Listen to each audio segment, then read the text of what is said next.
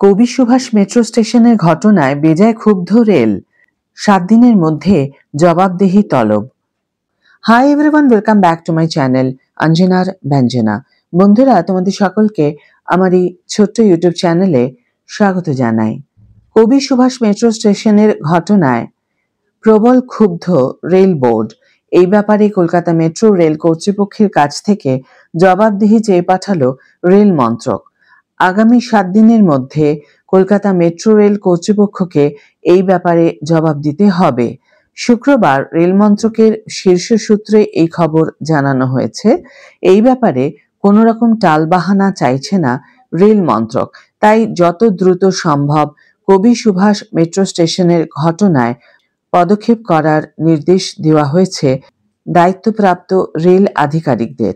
ঘটনাচক্রে এই ঘটনার কয়েকদিন আগেই লোকসভায় তৃণমূল সাংসদ মালা রায়ের এক প্রশ্নের লিখিত জবাবে রেলমন্ত্রী অশ্বিনী বৈষ্ণব বলেন, গত 5 বছরে কলকাতা মেট্রোর রক্ষণাবেক্ষণে 28 কোটি টাকা বরাদ্দ করেছে কেন্দ্রীয় সরকার।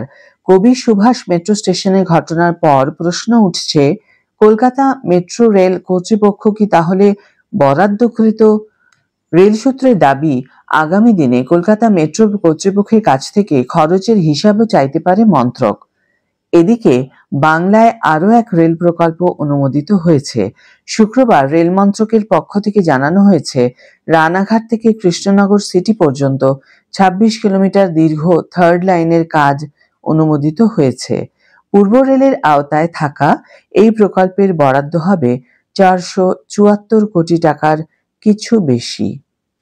এদিকে কবি সুভাষ মেট্রো স্টেশনের দুর্ঘটনার পরে কোথাও ফাটল, কোথাও চিড়, বদল হতে পারে একাধিক মেট্রো স্টেশনের পরিকাঠামো।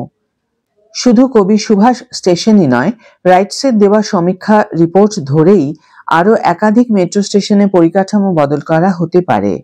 মাটির উপরের পাশাপাশি সুড়ঙ্গের ভিতরের একাধিক স্টেশনেরও সংস্কার করা হবে। 40 বছর পার করেছে কলকাতা মেট্রোর সুড়ঙ্গ। স্বাভাবিক নিয়মেই তার পরিকাঠামোগত কিছু সমস্যা দেখা দিয়েছে। কোথাও ফাটল, কোথাও চিড় নজরে এসেছে। একই সঙ্গে সমস্যা রয়েছে বুঝতে পেরে উত্তম কুমার থেকে কবি সুভাষ মাটির উপরের স্টেশনগুলিরও স্বাস্থ্য পরীক্ষা করা হয়েছে। স্টেশনের বয়স মাত্র 15 বছর পার করতেই তাতে ধরা পড়েছে নানা জায়গায় ত্রুটি।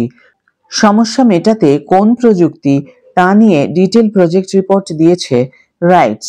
ইতিমধ্যেই শহরের লাইফ লাইনের সুরক্ষায় রাইটসকে দিয়ে সমীক্ষা করিয়েছে মেট্রো কর্তৃপক্ষ। এখন দেখা যাক কবে এই পরিকাঠামোগত পরিবর্তন সম্পন্ন হবে এবং কবে মেট্রো চলাচল স্বাভাবিক হবে। আজকের ভিডিও এখানে শেষ করছি বন্ধুরা। ভিডিওটি যদি কার্যকর বলে মনে হয়ে থাকে তাহলে অবশ্যই একটা ছোট করে লাইক দিও, শেয়ার করো বন্ধুদের সাথে, কমেন্ট করে জানিও তোমাদের মতামত।